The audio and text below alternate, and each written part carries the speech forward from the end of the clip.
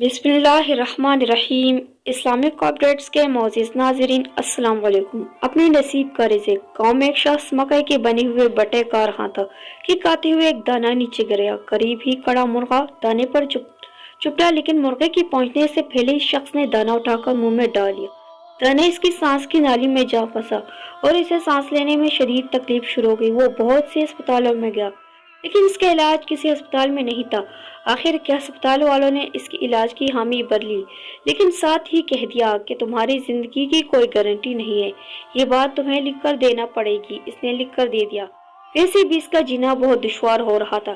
घर वालों से मिलने मिलाने और वापस गांव गया। जो ही घर में दाखिल हुआ तो इसे जोरदार छींक आई, जिसके साथ ही दाना भी निकल कर बाहर जा गिरा।